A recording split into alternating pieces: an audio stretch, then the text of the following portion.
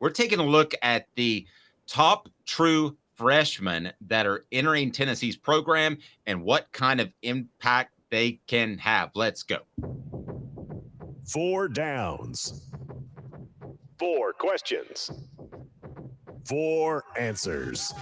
The Dave Hooker Show. 4 Downs, a presentation of offthehooksports.com.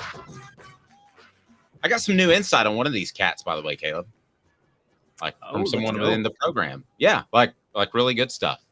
So I can add to this. So this column up, and it is by Caleb Calhoun on offthehooksports.com. The 5 freshmen most likely to make an impact in 2023. And it's brought to you by Zen Sports, the new sportsbook in Tennessee, revolutionizing the way you earn sports betting rewards. That means no more deposit bonuses that turn into deposit nightmares. On Zen Sports, what you see is what you get with their cash rewards program. You get a lot of cash, like Nico, who we'll talk about.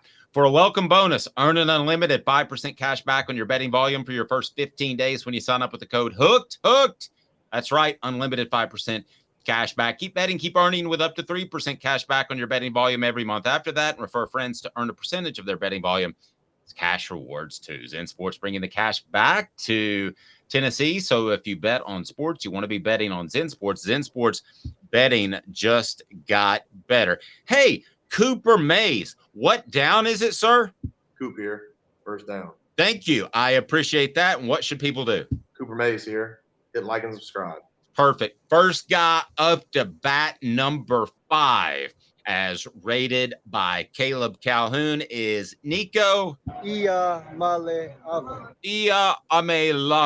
He is the projected backup, and I think that Joe Milton's going to be the guy as long as he's healthy. But you've got him at number 5.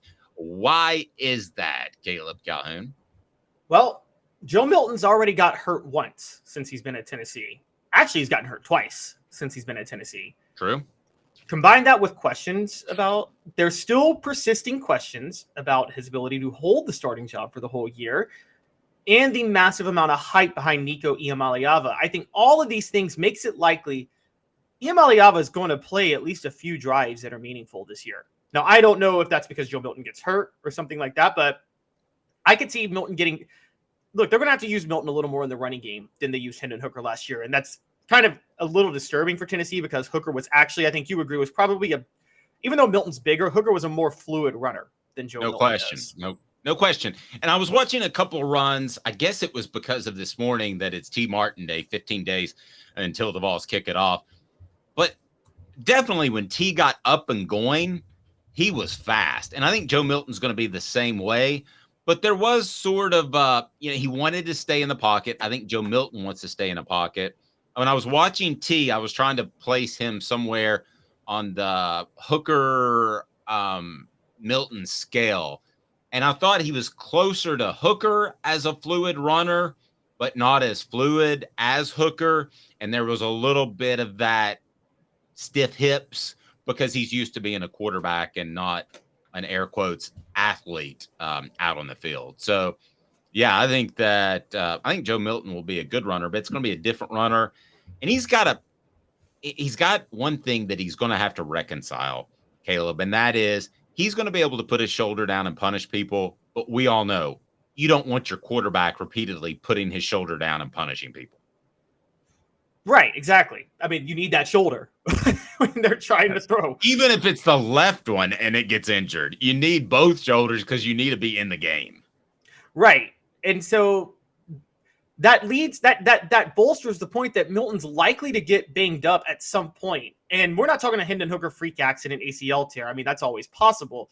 But I think Milton is more likely to take a hit that sidelines him for a drive or two. And so I think you're going to have some games where Iamaleava is going to come in and have a couple of meaningful drives.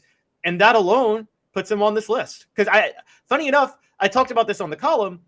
Tennessee loses a lot of production. They also had a top 10 recruiting class, and they weren't where they needed to be talent-wise yet. You would think that would lead to a lot of true freshmen starting, but I had kind of a hard time finding which true freshman could have an impact this year. Yep. This guy will. What's up, everybody? This is Jacob Warren. Whoa, that's Jacob Warren. Jacob, what are you doing, man? Coop, what down? Cooper Mays here. Second down.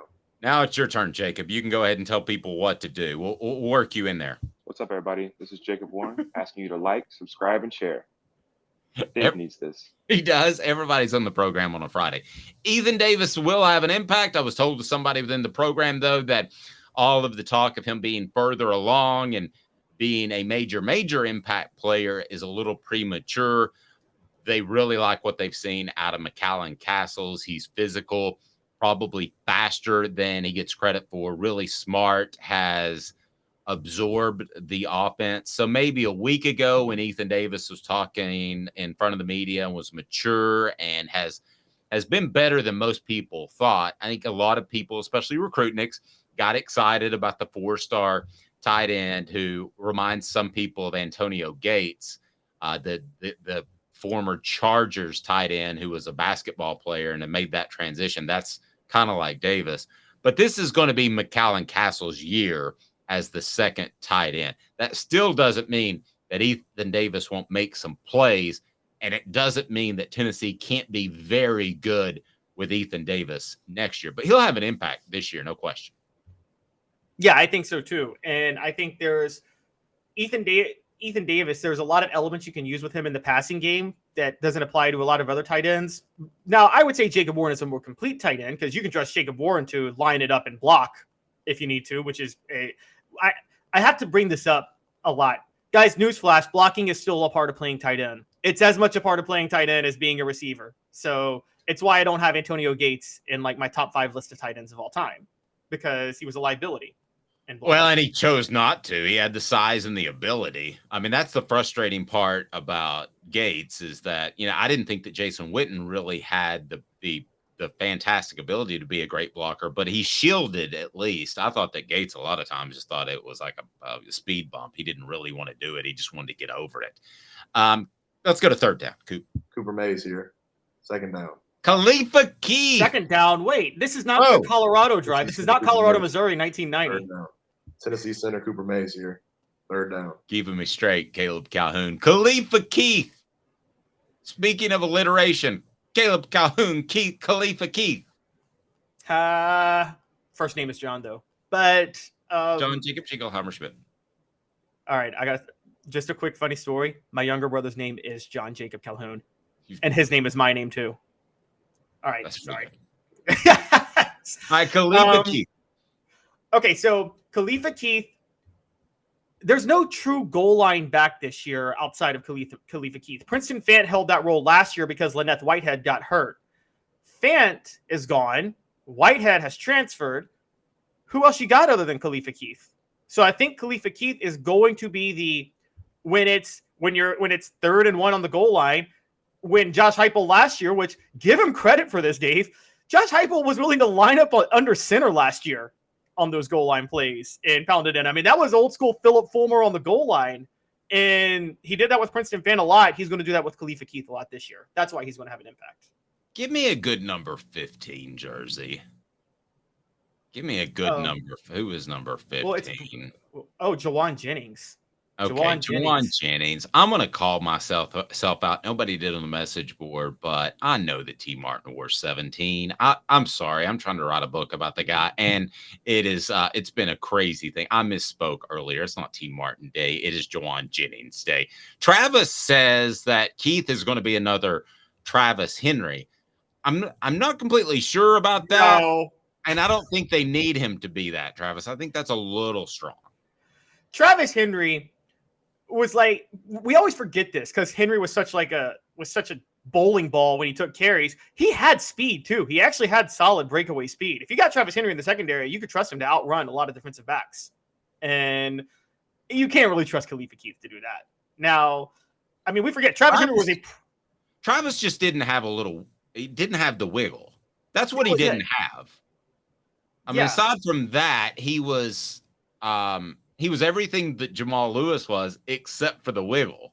But with the wiggle, Jamal Lewis, like you're suddenly grasping air. Whereas if you don't grasp air and you go after him, you might get trucked. Henry didn't have the wiggle, but Henry was fast. I don't think they're going to ask Khalifa Keith to do those sort of things. And Travis Henry too. Let's remember this. In today's football, there's only one elite back, maybe two in the NFL that get the majority of the carries for their team. Short of that, there's like the next level down of very good backs.